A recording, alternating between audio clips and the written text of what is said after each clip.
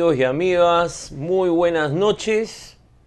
Sé que muchos ya están celebrando el Día de la Canción Criolla, otros están celebrando el Halloween, algunos más se han asustado un poco con el temblor 4.5 en Matucana, y acá en La Mula estamos trabajando como todos los días para ustedes. El día de hoy una edición especial del Arriero, que mañana descansa por el Día de Todos los Santos. Y quiero comenzar, ustedes están viendo las imágenes de lo que es un modelo de cédula de lo que es la noticia del día. La consulta de revocatoria que ya ha sido confirmada por el Jurado Nacional de Elecciones. El 17 de marzo del año 2013, es decir, del próximo año, se va a realizar una consulta para preguntarle a la ciudadanía si Susana Villarán y los regidores de la mayoría que compone Fuerza Social y sus aliados deben continuar o no en sus cargos. La decisión del jurado ha sido cuestionada, sumamente discutida, ha habido problemas en el procedimiento, la RENIEC cometió una irregularidad administrativa en el proceso de enmienda, terminó favoreciendo al Comité Pro Revocatoria, que es dirigido por ese conocido e impresentable personaje que se llama Marco Tulio Gutiérrez, y el hecho es que finalmente va a haber revocatoria por primera vez en una ciudad tan importante como la capital de la República. La revocatoria, para quienes no lo saben, es un derecho que está en la Constitución Política del Perú desde el año 1993 y que fue incluida en esa Constitución junto con un conjunto de mecanismos de lo que se llama democracia directa. La revocatoria, la remoción de funcionarios, la demanda de rendición de cuentas y el referéndum. En el Perú han habido varios procesos de revocatoria. Pero como los procesos de revocatoria eran en distritos rurales, pequeños, aislados, que poco o nada le importan a la mayoría de la opinión pública y a la gran mayoría de analistas de este país, nunca se debatió en serio cuán viable y cuán funcional y cuán adecuado era este mecanismo. Quizás la excepción, y quiero señalarlo, siempre fue Fernando Tuesta. Fernando Tuesta siempre, desde que este mecanismo se aprueba, lo consideró un mecanismo que era un peligro para la gobernabilidad, y más aún cuando el año 94 se aprueba la ley 26.300, la ley de derechos de participación y control ciudadano, porque la ley era bastante laxa en torno a las motivaciones. En la revocatoria basta con que un grupo de vecinos que recogen una determinada cantidad de firmas, simplemente porque están descontentos con su alcalde o alcaldesa en este caso, hacen un pedido y si consiguen las firmas puede irse a la consulta. Bueno, en 1997 fue la primera revocatoria, luego han habido varias más y ya se ha convertido en una tradición en varios distritos del Perú. Algunos dicen que esto es malo, como lo señala Tuesta. Otros, como Alfredo Quintanilla, que es un experto también en esta materia, señala que más bien la revocatoria en distritos rurales ha servido como un mecanismo de control y de dinamismo de la vida política. Ahora ha surgido una corriente que critica a la revocatoria y lo preocupante es que viene de gente que promovía los mecanismos de participación ciudadana en el pasado, porque dicen que es muy costoso, porque efectivamente es un proceso especial, o porque si se revoca no solo a la alcaldesa en este caso, sino a la mayoría de los regidores, tendría que haber una nueva elección y hay un momento en que tiene que haber un alcalde accesitario. Evidentemente la revocatoria tiene problemas de diseño, pero creo que quienes hemos defendido siempre la participación ciudadana, y yo me encuentro entre ese grupo de defensores de la participación ciudadana, lo que creo es que tenemos que plantear que la revocatoria, la consulta revocatoria, es un derecho de la ciudadanía. Y entonces es un derecho que pone a la autoridad municipal ante el desafío de convencernos y convencer a todos y a todas de que su gestión y que la permanencia de su gestión es lo mejor para la ciudad, para la provincia, para el distrito. Entonces, dados los hechos, Susana Villarán y su equipo tienen ahora un enorme desafío, que es convencer a la ciudadanía que las reformas que han iniciado y que están implementando son lo mejor para la ciudad y no deben detenerse. Yo soy de los que creo que Susana Villarán debe seguir en el cargo, pero no me voy a sumar al coro de quienes ahora cuestionan lo que es un derecho de participación ciudadana. Otro tema es que han habido irregularidades y ese proceso va a seguir su curso, porque hay denuncias y probablemente hayan más, pero el hecho es que es un derecho y cuando uno no va a, por lo menos yo considero eso, no es correcto, no es consistente, no es consecuente cambiar de opinión porque alguien que nos cae bien está siendo sometido a una revocatoria. Pero como además en el pasado yo he sido un entusiasta promotor de la educación ciudadana en el Perú, se me ocurrió hacer algo que hasta ahora no he visto, y es mostrarle lo que va a ser, lo que es el modelo de la cédula de revocatoria. Este es el modelo que se ha aplicado en los procesos de revocatoria de este año. Obviamente, en el caso de la Municipal de Lima, la cédula va a ser más grande porque hay más cargos en consulta.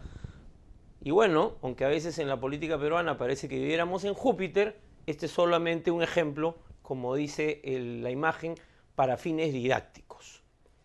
Entonces, lo que ustedes van a encontrar, y hay que empezar a hacer un poco de educación ciudadana, es el nombre, en este caso Provincia de Lima, Consulta Popular de Revocatoria del Mandato de Autoridades 2013, y la indicación que dice marque con una cruz o con un aspa dentro del recuadro del sí o del no. Entonces vamos a desplazar un poco la cámara. ¿Qué vamos a encontrar primero en la cédula? Uno, el nombre de la alcaldesa. Es decir, ahí va a decir Susana Villarán. Susana Villarán de la Puente, seguramente. Ese es el nombre completo de la alcaldesa. Y abajo la pregunta que nos van a hacer será, ¿debe dejar el cargo de alcaldesa o de alcalde? No sé si usan el género. Esa es la pregunta que nos van a hacer. Y más abajo van a aparecer la lista de los regidores. En este caso, el número 2, supongo que será el teniente alcalde Eduardo Segarra. Va a salir su nombre y abajo va a decir, va a salir en signos de interrogación, ¿debe dejar el cargo de regidor? Y así sucesivamente. Vámonos ahora al otro lado de la cédula. Llévame hasta el extremo, a mí no hay problema. Al lado del nombre, en este caso Susana Villarán, va a decir sí y va a decir no. Si usted quiere que Susana Villarán deje de ser alcalde, marque el sí. Si usted quiere que Susana Villarán continúe en el cargo, marca no. Y listo. Y se va a su casa después de haber votado el 17 de marzo del 2013. Y así sucesivamente. ¿Qué cosa ha pasado en varias ocasiones en las revocatorias? Que la gente solo identifica al alcalde por su nombre. Entonces normalmente solamente marca el primer casillero. Y esto hace que a veces alguno de los regidores que estén en la lista, o varios, no sean vacados. Y que entonces quien tenía la mayoría mantenga todavía el cargo de la alcaldía. Porque si alguno de esos regidores no es vacado, tendría que asumir el cargo que en este momento ocupa Susana Villarán. Bueno, como se dice, las cartas están sobre la mesa, sabemos de las malas artes de quienes promueven la revocatoria, sabemos de los esfuerzos que está haciendo la gestión de Susana Villarán. Yo pienso marcar el no, ustedes tendrán que decidir si marcan el sí o marcan el no. Tenemos varios meses no solo para decidir, sino también para que la municipalidad y sus adversarios hagan la campaña y se den todas las explicaciones y se den todas las opiniones, porque lo fundamental, ya que hemos llegado a este punto, es que tengamos un debate de verdad, un debate político sobre qué es lo mejor para la ciudad. Ese es el debate que tenemos que dar. Lo demás es pura palabrería, lo demás es pura demagogia. El reto está planteado y la alcaldesa Susana Villarán, yo espero que esté a la altura de las circunstancias. Así como frente a la parada ha asumido su responsabilidad política, ahora tendrá que enfrentar este proceso. Dicho esto, nos vamos a una pausa y en el segundo bloque del arriero, segundo y tercer bloque, nos vamos de corrido, vamos a tener una entrevista con Michel Viviorca, uno de los sociólogos más importantes del mundo, que ha sido reconocido por la Universidad Católica con un doctorado honoris causa. Viviorca es un gran experto en el tema de violencia, en el tema de conflicto, en el tema de terrorismo internacional, y para mí ha sido un honor entrevistarlo en horas de la mañana. Y después de la pausa nos vamos con la entrevista a Michel Viviorca sobre violencia y conflicto. Volvemos.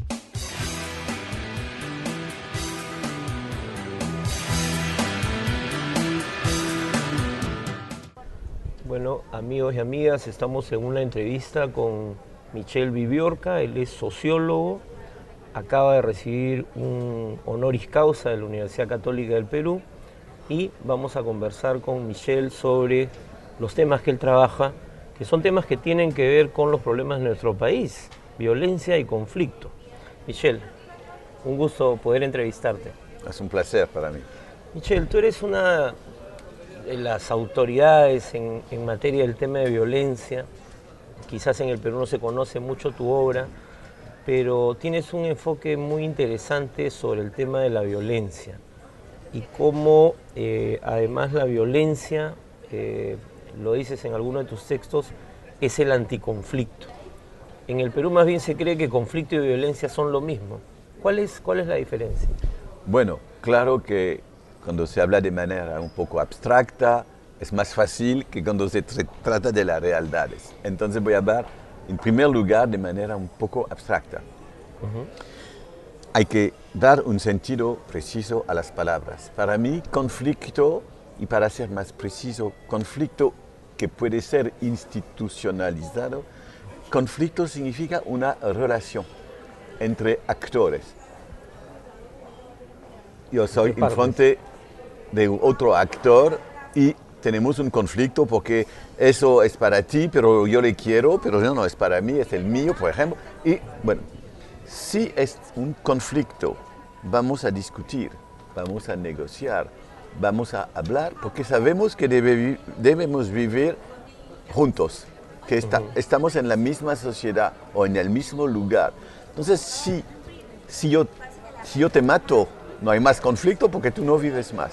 Entonces, yo sé que no te puede matar, tú sabes que no me vas a matar porque debemos y queremos vivir en el mismo lugar, en la misma sociedad. Entonces, un conflicto para mí es una relación entre actores. La violencia es cuando esta relación no es más posible, cuando hay una ruptura, cuando si tú me vas a matar, no vamos a ser juntos, no vamos a compartir cualquier cosa.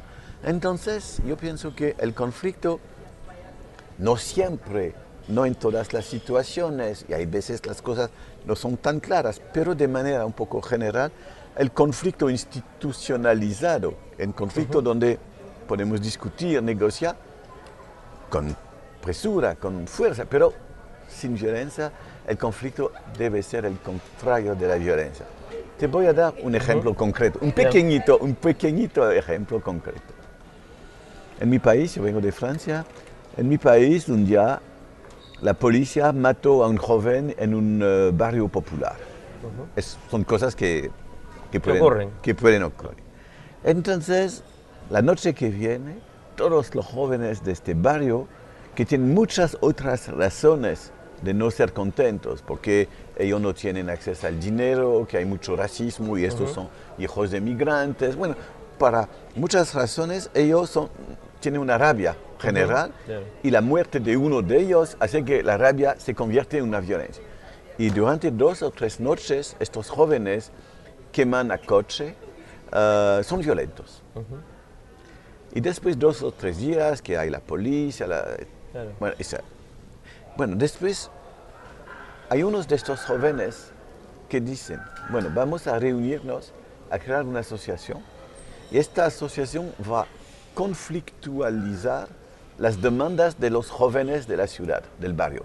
Y que le permiten además entrar en diálogo con el otro actor. Y entonces, esta asociación, después de existir, va a tocar a la puerta del alcalde y va a decir al alcalde, bueno, señor alcalde, nosotros los jóvenes del pueblo, del barrio, nosotros queremos, no sé qué, un lugar para jugar al fútbol, queremos un lugar para organizar nuestras reuniones, queremos dinero para crear un periódico local para los jóvenes. Y claro que por el alcalde, de un lado, no es muy agradable que todos los días hay una asociación que toca a tu puerta y que dice, yo quiero eso, pero tú puedes discutir. Ahora, es un conflicto. Entonces, yo acabo con este ejemplo. Creando esta asociación, que es una asociación que va a conflictualizar las cosas, no es muy agradable para el alcalde, pero es mucho mejor. Que la violencia. Que la violencia tú no sabes cómo va a surgir. Ahora, pero hay casos, como ocurre en nuestro país, en el cual a veces se están dando diálogos o intentos de diálogo, y ante el fracaso del diálogo más bien emerge la violencia. ¿Eso cómo se explica en la perspectiva que tú tienes? ¿Es que el diálogo no era real? Bueno, no, el diálogo, yo pienso que debe ser real.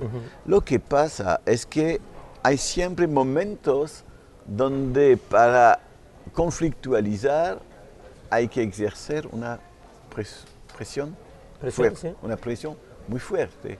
Hay momentos donde tú te dices tal vez, bueno, los otros no quieren dialogar.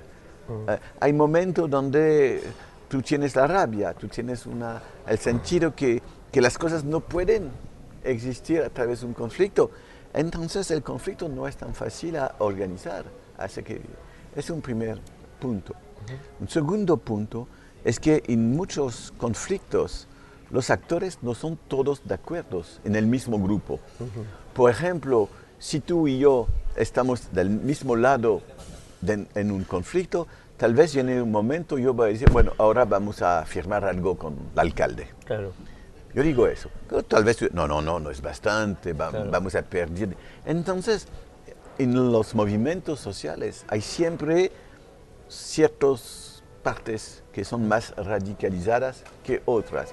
Que no son homogéneos, además. Exactamente, y la dificultad es cómo articular la radicalización de ciertos y, digamos, el reformismo de otros. Cómo articular de tal manera que las cosas no se dividen. Si las cosas se dividen, los que quieren conflictualizar, hablar, discutir, negociar, van de su lado y los otros son radicales y tal vez violentos y van a actuar de manera rupturista. Ahora, cuando tú planteas el tema de la violencia, estamos hablando desde, digamos, el movimiento social o desde determinados actores sociales. Pero, ¿qué pasa con esta idea, además que es una idea clásica, de que el Estado sí puede ejercer violencia, que tiene la legitimidad para hacerlo, en un contexto además donde luego de los atentados del 11 de septiembre se legitimó una idea que iba mucho más allá, que era, no solo tiene la legitimidad y el monopolio, sino que puede hacerlo violando todos los derechos humanos y todos los tratados que se han suscrito. Es un tema absolutamente central. En la teoría política, si se trata de uno de los primeros que ha pensado sobre la relación entre Estado y violencia, Hobbes dice algo como el Estado es aquí para hacer que los hombres no son violentos. No estar en estado de guerra. Exactamente. Entonces el Estado en la teoría política es el contrario de la violencia entre los hombres. Pero claro que para hacer eso el Estado necesita una legitimidad fuerte. Y eso, por ejemplo, es el caso con otro sociólogo muy famoso que se llamaba Max Weber, que dice el Estado tiene el monopolio legítimo de la violencia. Pero ¿dónde es la legitimidad? De mi punto de vista, la legitimidad no es únicamente el apoyo popular, porque el apoyo popular puede ser fascista o puede ser apoyo popular a una dictadura o qué sé yo. Entonces, la legitimidad, de mi punto de vista, es en la palabra que tú has usado, los derechos humanos. El Estado debe ser un Estado que incluye la idea de derechos humanos. Un Estado que no respeta a los derechos humanos es siempre así, hay muchos, pero no es un Estado totalmente legítimo de mi punto de vista. Y lo que ha ocurrido con los Estados Unidos es un muy buen ejemplo. Después de los atentados del 11 de septiembre de 2001, viene lo que ellos han llamado el Patriot Act, la idea que para salvar el país es necesario utilizar instrumentos, procesos, recursos que no son legítimos. La tortura, por ejemplo. Si tú me dices Guantánamo, la tortura, eso a mí no me gustan la gente que están en Guantánamo, pero no puedo aceptar la tortura. Entonces, no puedo aceptar que el Estado va a utilizar lo que él no acepta de los otros. La tortura, la violencia extrema, etc. Entonces, el problema es que en muchas situaciones, cuando aparece una violencia política o social, un terrorismo, ese tipo de conductas colectivas, cuando estos se desarrollan, el Estado va a decir algo como, en frente de esta amenaza, no es bastante de ser democrático, no es bastante de hablar en el nombre de los derechos humanos, hay que utilizar las mismas armas que los actores violentos. Claro, una suerte de estado de excepción, pero permanente. Sí, es el problema, ¿no? y el problema es que eso no va a contribuir a la paz. La verdad es que los estados que utilizan este tipo de recursos excepcionales son estados que van a contribuir al desarrollo de más violencia. Es el caso, por ejemplo, cuando tú tienes una guerrilla y que el Estado dice eso no es aceptable, vamos a mandar las Fuerzas Armadas y a apoyar los paramilitares y empiezan el ciclo de la guerra. El ciclo de la guerra sucia y bueno, entonces claro que no es fácil para un Estado de afrontarse a una guerrilla, a un movimiento terrorista, a una violencia extrema. No es fácil, pero lo que me llama la atención es que en demasiados casos el Estado va a utilizar las mismas armas que los actores terroristas o violentos. Y ahí juegan un rol, claro, son escalas distintas, pero cuando uno analiza el caso peruano, uno lo que encuentra es que los medios de comunicación, ¿no?, terminan jugando un rol clave en la construcción de este enemigo, digamos, ¿no?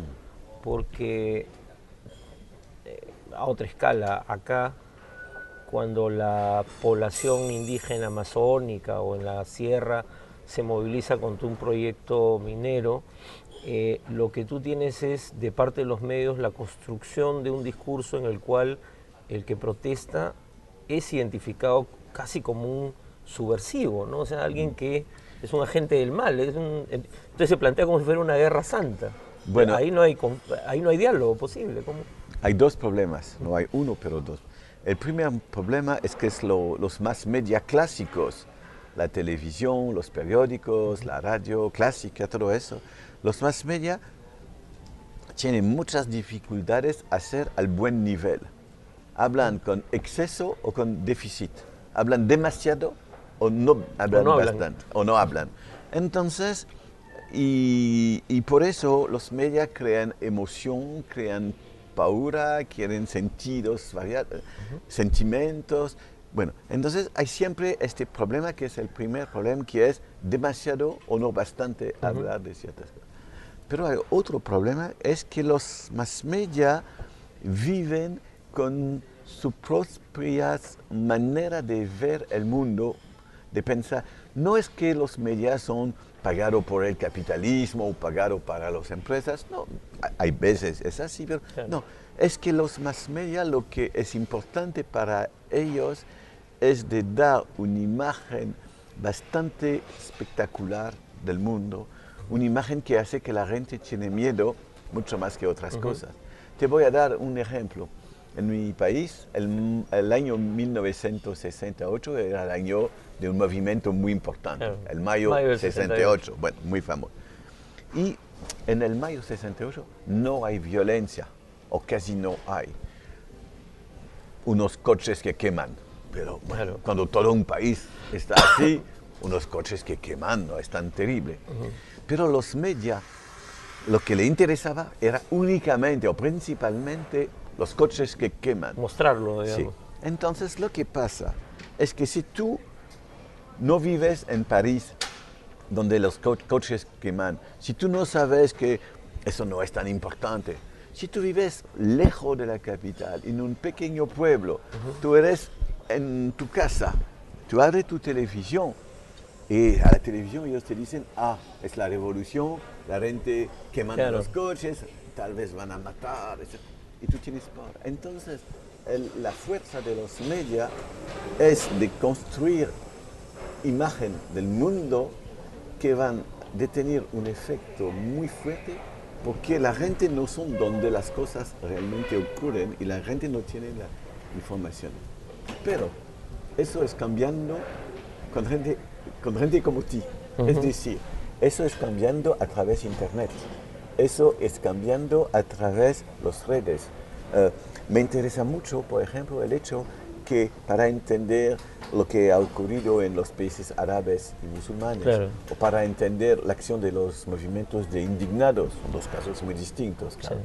Para entender eso, tú debes conocer el funcionamiento de las redes sociales. La gente comunica a través de cosas que no son únicamente la televisión, los periódicos, etc. Pero donde también hay una idea de mostrarlo de tal manera que se convierte también en un espectáculo. Sí, ¿no? Sí, pero no es... Sí, pero como toda la gente puede comunicar con toda la gente, es posible. Claro, sube todo lo que la gente Entonces, recoja. Si tú quieres saber lo que ha ocurrido hoy día en Madrid o en Barcelona, porque hay un movimiento de indignados hoy día, no sé. Si tú lo quieres saber, tú vas a abrir tu televisión o leer tu periódico, muy pocas cosas. Pero si tú utilizas Internet, tú vas a entrar en un otro sistema de información, en otro sistema de comunicación, y en este otro sistema no es el mismo tema del espectáculo, de la dramatización, de la exageración o del déficit, como te he dicho.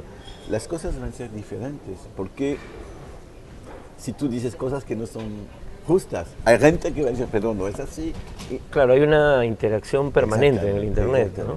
Exactamente. Y por eso yo pienso que las viejas maneras de pensar la comunicación, del tiempo de la televisión, del tiempo de la radio clásica, eso se acabó o va a acabar más y más, porque si realmente tú quieres saber lo que pasa en el mundo, tú no vas únicamente a escuchar a la televisión o leer tu periódico. Claro. Ahora, hay quienes creen que eso tiene que ser limitado, que tiene que ser censurado, regulado, y no solo en China, en otros países también está esto en debate. ¿Tú crees que esto es posible?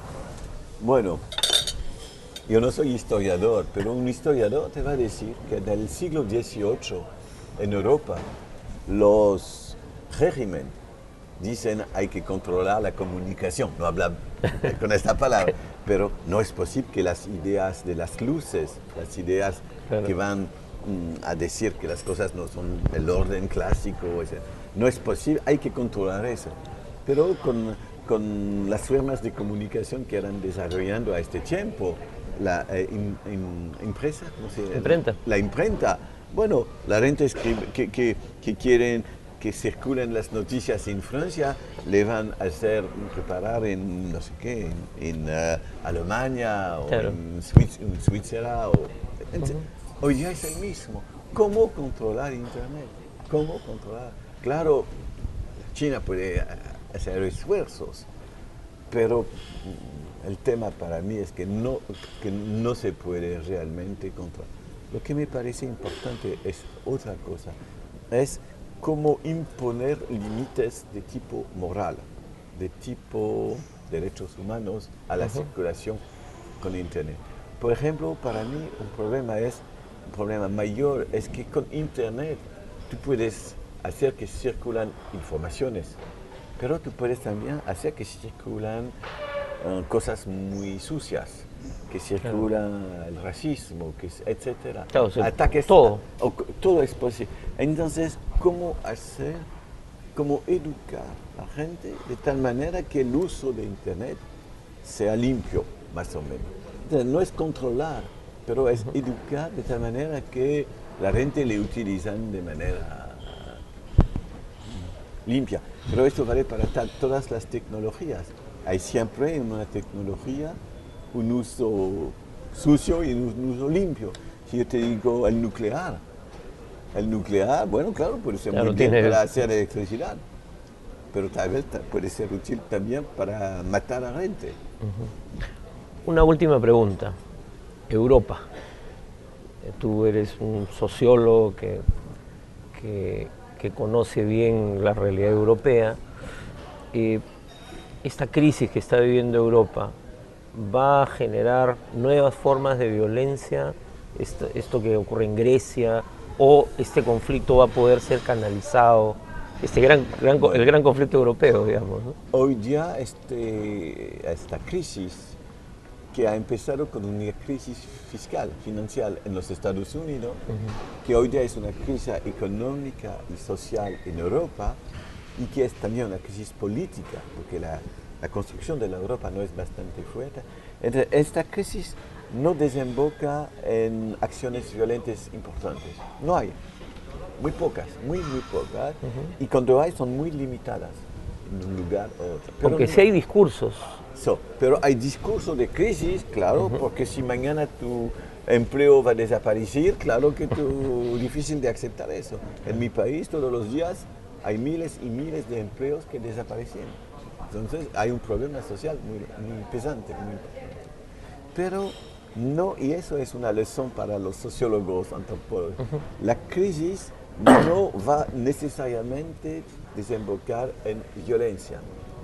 Y lo que pasa, que es muy interesante, es que hay mucha gente que dice, bueno, con esta crisis hay que discutir sobre Europa como sistema. Claro. Y hay unos que dicen, bueno, hay que salir de la Europa, hay que acabar con la idea europeana. Es una minoría. Hay otros que, no, hay que hacer que la Europa sea más fuerte. Hay que construir una Europa política. La Europa es muy poco una Europa política, es mucho más una Europa económica. Entonces, en este momento de crisis, hay tendencias de un lado al nacionalismo, a cerrar las sociedades, a salir del euro, la moneda común, a salir de la Europa. Es una tendencia que existe, pero la tendencia más fuerte, me parece, es para decir, debemos construir una Europa más fuerte, más política, capaz también de ser una Europa diplomática, una Europa capaz de hacer la paz y la guerra si necesario. Entonces, todo eso no es violento. No es la violencia hasta hoy. Hasta ahora. Los nacionalistas no son violentos, no dicen que hay que hacer. Y bueno, esta es la situación hoy día. Mañana no sé, pero hoy día la situación no es una situación de violencia. Bueno, Michel, muchísimas gracias por esta entrevista. Sé que hay la posibilidad de que vuelvas de repente el próximo año y seguramente vamos a volver a conversar contigo sobre este y otros temas que tú trabajas. Muchas gracias.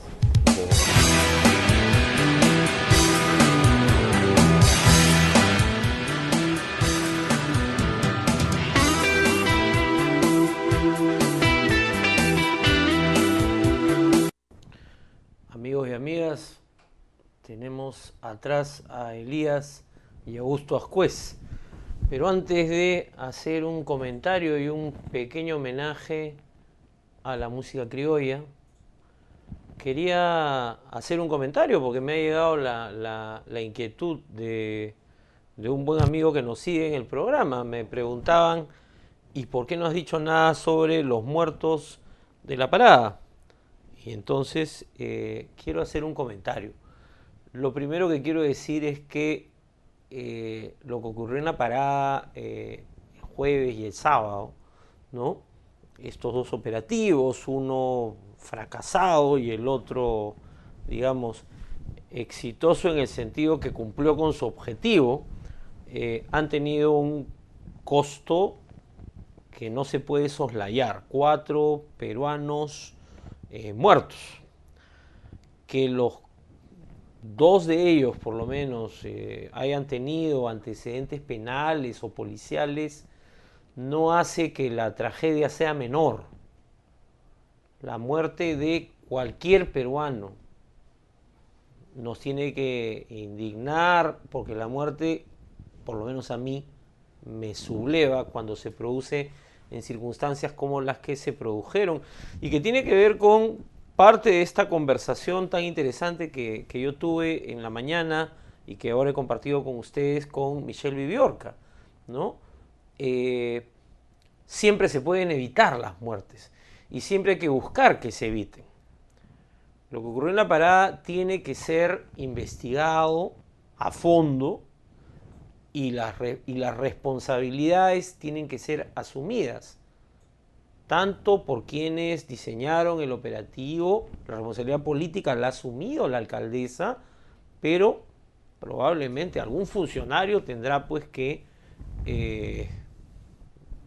quizás dejar su cargo y se tendrá que sancionar a los responsables. Yo creo que en eso no podemos, nuevamente, no porque uno simpatice o crea que está bien la política de, en este caso, la alcaldesa Villarán, va a pasar por agua tibia situaciones que se debieron haber evitado, ¿no? Creo que en eso hay que ser muy claros. Entonces, hago el comentario porque me lo han planteado y yo no tengo ningún problema. Lo había dicho ya en mi columna en Diario 16, el día martes, y el tema va a haber que seguir analizándolo porque estos muertos se agregan a esa lista larga de muertos en un país donde cada vez que hay un conflicto hay muertos, cosa que no es igual en otros países, ¿no? O mejor dicho, cada vez que no podemos canalizar lo que decía Viviorca, ¿no? Estas situaciones, lo que tenemos es violencia, pura y cruda. Entonces, quería decirlo porque acá no nos corremos ni hacemos concesiones por nuestras simpatías o afinidades en estos temas. Tengo, antes de cerrar el programa, tengo 2 libros y un material muy interesante. No sé cómo desplegarlo. Espero que se vea. Seguro que se va atrás para acá. América Latina, de las nuevas amenazas a los desafíos multifacéticos de los tráficos ilícitos. Este es un material producido por Comicede y el Centro de Investigación sobre Drogas y Desarrollo, Drogas y Derechos Humanos, que dirige nuestro buen amigo Ricardo Soberón. Y tiene este material una cantidad impresionante de información sobre el tema de narcotráfico, los dilemas de nuestro país, el rol de Sendero y las rutas de la criminalidad. Entonces, tenemos este material. No sé si está ya en línea en alguna página web, pero lo buscaremos. Marcelo Alcárcer Carnero me ha hecho llegar personalmente el libro Memoria en 2 mundos.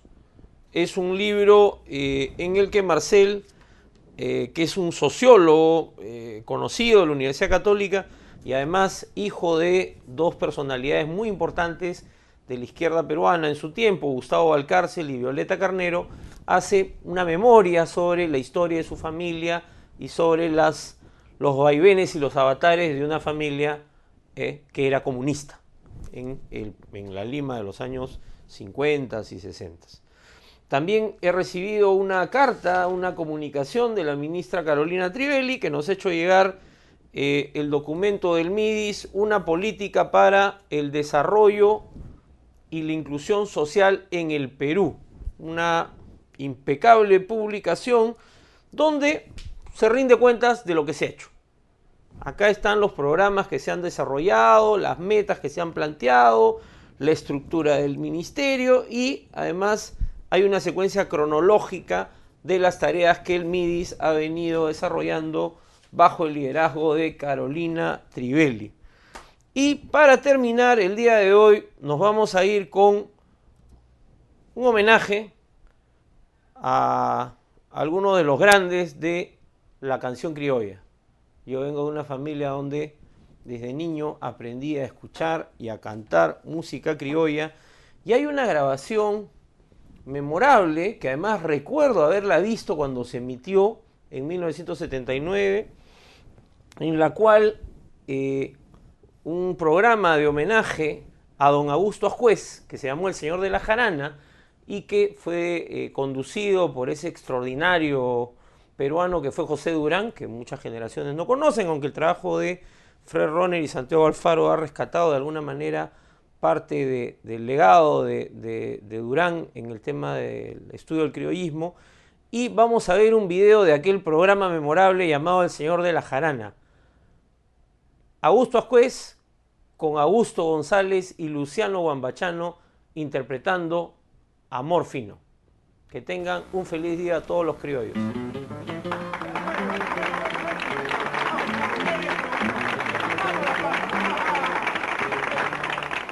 La competencia del amor fino es semejante a la de las payadas de la Argentina y de Chile, o también a la que en el Perú tienen en Piura los cubananeros. El amor fino ahora lo escucharemos por Augusto González y Luciano Guambachano en la guitarra.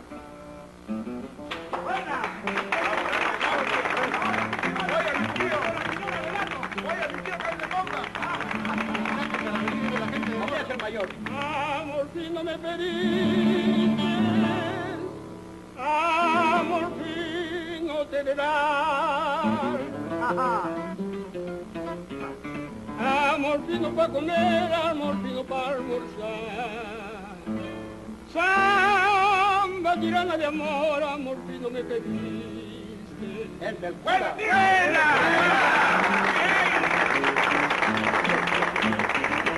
¡Altura de pueblo joven!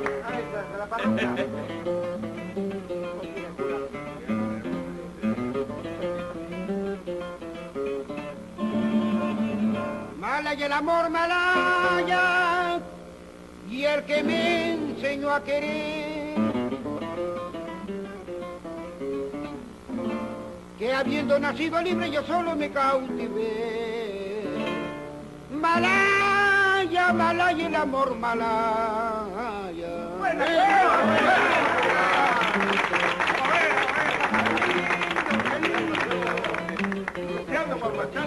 Con el respeto de los mayores entre el muchacho.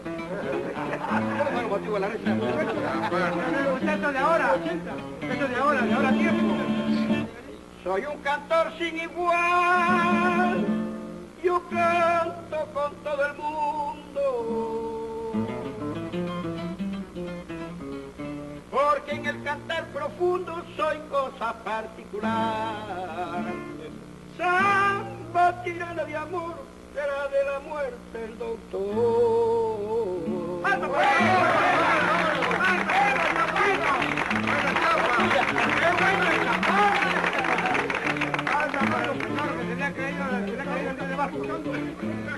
Se va calentando. Ahora, Augusto. En nomine Patris y del Espíritu Santo. Una. Me aproximo de este modo por no saber con quién canto. En nombre de Patria y Fe. Augusto.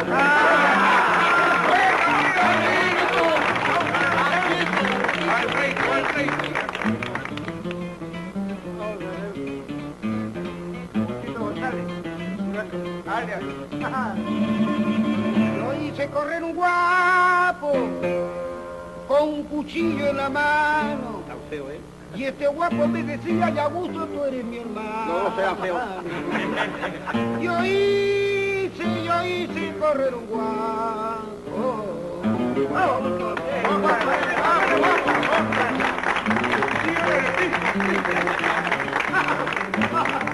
Ahora ven, menorcito, otra vez. Vamos, menor. Me he caído media baraja. A mí nadie se me da que de mi forma en Congreso, porque yo no soy arroz que me han de comer con queso. A mí nada se me da. ¡Buena, Luqui! ¡Métele tú con más ahora!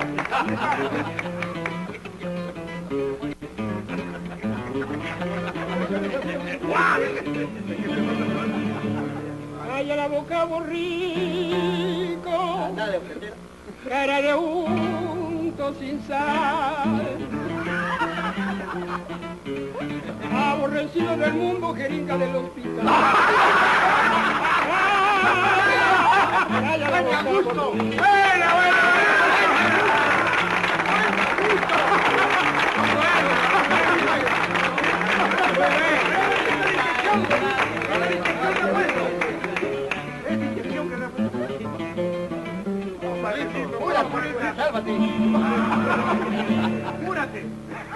Malaya el amor malaya, y el que la hizo querer, que en el mundo estás perdido comiendo de esta mujer. Malaya, malaya el amor malaya.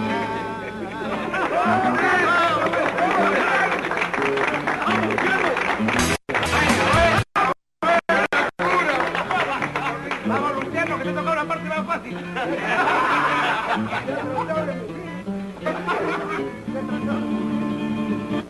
Silencio, dijo Caifás, leyendo un decreto astuto para la osa.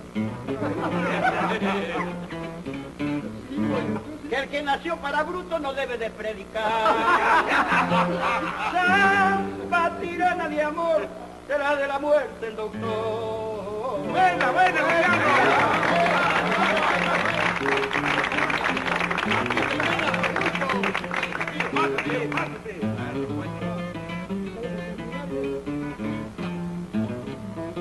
no te la pierdas. Por fin que se acabe todo, vuelva el amor a triunfar. Entre buenas amistades no debemos de pelear. Samba tirana de amor, tras de la muerte, el doctor.